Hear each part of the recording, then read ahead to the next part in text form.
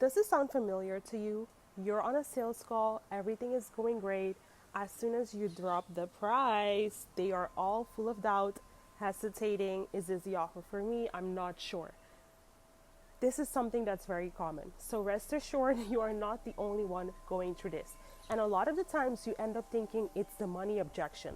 But what if I tell you that underneath that money objection, there are three hidden doubts that is stopping your prospect from buying from you on the call and paying you in full? Hey there everyone, welcome to my YouTube channel. My name is Aisha. I am a sales coach living in Curacao, this beautiful paradise, and I work together with coaches, consultants, agency owners, helping them to sign premium clients by implementing the identity-driven growth system. Okay, so in this call, I also want to talk to you about why people don't buy. And you want to trust me on this because I've had so many sales calls. Okay, I've grown my business from 0 to 10K months in 7 months, 7 intense months of hard work, of taking a lot of sales calls. So I've seen it all. Okay, and I see sales calls at a different level now simply because of my experience with the ones that went amazing and also the ones that flopped. Because hey, if we don't flop, we're not going to flip. I think that's a weird analogy, but okay. So, and what I'm going to show you is how to remove this buyer hesitation before they even get on a call. So I'm going to offer you these ideas for when you're sitting down creating your content, for you to take all of this and translate it into the way you need to be communicating the value of what it is you offer. Okay, so enjoy the video and enjoy this beautiful sound bath that I'm sure you're hearing as well. Most people think that buyers are hesitating because of money. But you know that that's not necessarily true, because we can all find money for the things that we really want. We will all become resourceful if we really want something. Hey, maybe I don't have the money right now, but somehow I ended up booking that ticket for that holiday. The money is there, right? So it's not really about the money. It's about the lack of certainty. And the minute you start to understand that people become resourceful for the things they really want and the things they really believe are going to yield results, you're going to perceive the money objection differently, and you're going to show up differently in your content and DMs and your sales calls. You're going to be thinking about, how do I fill this gap at each step of the journey so that when I have that person in front of me, every box is ticked and it's all about me taking that cash. And there are three key beliefs that people need to have in order for them to say that yes effortlessly, or for them to object to the money, but it being more a logistics thing and not really, I'm hesitating because I don't believe you're gonna get me results. Number one is they need to believe that whatever it is you do, that those results are possible for them. Okay, so they need to be able to see themselves getting those results. The second thing they need is they need to understand how it is that you are going to support them. Will I be doing this on my own, or will I have the support needed to get to that outcome? And number three is they need to be able to trust themselves to follow through. Now, this one is very interesting because a lot of the times it seems like it's out of your control, but what if I tell you that actually it can be in your control? So let's start with social proof. And I know you're probably thinking, oh, I've heard social proof before. I'm not talking about social proof where you are just talking about, look at how this client of mine got this result, or look at how I'm able to get this result. I'm talking about the social proof in which you are going in depth in case studies to showcase all sides of the transformation. The mistake I see too many service providers make is that they're only talking about the tangible side of the result. So, hey, look at how this client got to this amount of revenue in this amount of time. Okay, great. But is this something that's going to fit my situation?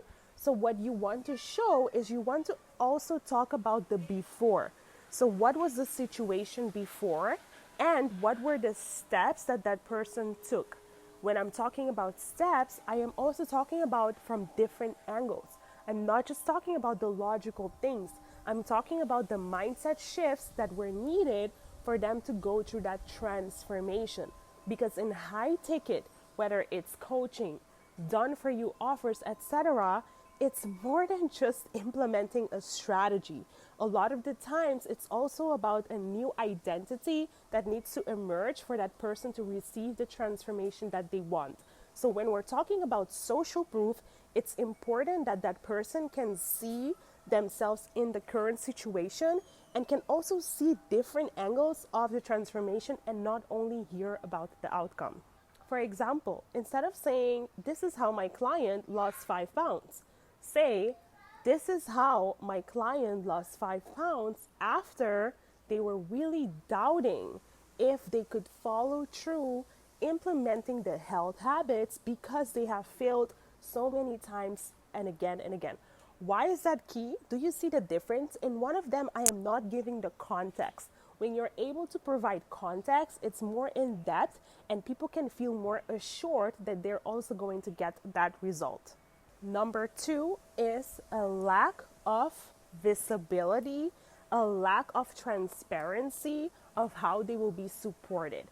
The one key thing when it comes to high ticket investments is the aspect of accountability, as well as the person holding your hand as you're implementing or as you are getting through the process and getting the results, right? So for you to be able to have someone give you a yes, you need to be transparent and you need to be open. What or how is it that you're going to support them? How do you hold them accountable? How are you going to check in with them? Who is doing the check-ins? How do you measure their performance, right? And why is that so key? Because goodbye are the days in which people are just going to be investing their money in solutions where people are promising them results, but they get nada. People are very, very vigilant and careful where they invest their money in. Yes, there is a need for education. Yes, there is a need for skills, but people are not just throwing their money at anything. They want certainty that you are going to support them. If you are selling a high proximity offer, for example, it's very crucial for you to have that element of accountability, of tracking, of assessment embedded into your offer. And you need to be able to communicate before they are on the call. What is that process like? How did you give it thought? Because I cannot even tell you the amount of coaches, consultants, and agency owners that are good at their craft, but they suck at implementing for other people. They suck at giving people results because of that gap. And when people realize that buyers are sophisticated nowadays, they know this. So when they're sitting in front of you and they agree with your program, but that one thing is missing, their conviction that, hey, I will be supported through this and I'm not doing it on my own. So you want to also think about, hey, how am I going to communicate with people? What are the different ways that they will be supported in my program? Okay, and the last one is the lack of self-trust. Can I actually follow through with this? And this one is a very interesting one, and it took me some time to catch on to this. But a lot of the times you will sit in front of someone, they want the transformation, they've invested before, they know this is the program that can get them the results. But in the past, they've invested and they didn't really follow through with that. They got the high from investing that money, figured, oh, my problems are solved. But then the limiting beliefs came in the way. Life got busy. Something happened, and they just didn't follow through. That resentment builds up, and then they start to not trust themselves. Can I actually implement this? It's self-sabotage to the T. Okay, that is what we call self-sabotage. Now, unfortunately, when you're sitting in front of someone, it's very, very difficult to change their identity. You can call it out. You can help them step into that identity of the business owner, of the healthy woman, of the CEO. All of this, you can help them step into that. But it's better if you do this before. Okay, so it's very key that you understand that if someone is certain in your program, they're certain in your offer, they're certain in you, they're certain in your support, but they lack that self-trust, you're gonna come up at the same you're going to face the same situation. So, how do you solve it, right? So, think about it. It's normal to feel self doubt when you're going through a change. So, people need to normalize that feeling, okay? And what you want to do, which is something that works so well, that I've been doing so well, is to shift people's beliefs in your content, okay? So, how do you shift their beliefs? You create a binary. Who is the person that when they work together with you gets the best results? Paint that picture, paint that identity, and what are the actions they take, and who are the people that stay stuck, that stay left behind. You have to be bold. You have to create that binary, because if you don't, when you're on a call with people, they're gonna have all these limiting beliefs and they're gonna think it's okay to say it because you are not firm in your content, because you are not strict in your content about what is the reality that you allow to exist in your world.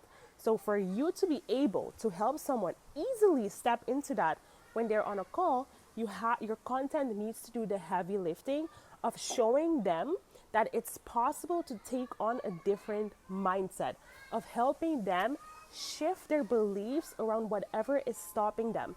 And for you to notice, you need to do research. What is the best way to do market research? Take sales calls. I promise you, take sales calls, do discovery. When you ask people what are some things holding you back, they will tell you what it is. You take that and you shift those beliefs in your content. So with these three things, you need to make sure that you are implementing them in your content strategy so that when you're on a call with people, it's not a hard sale, but it's a sale that happens with ease, okay? So if you've been getting, I love your offer, but I'm hesitating because of X, Y, and Z, you need to be implementing these strategies today.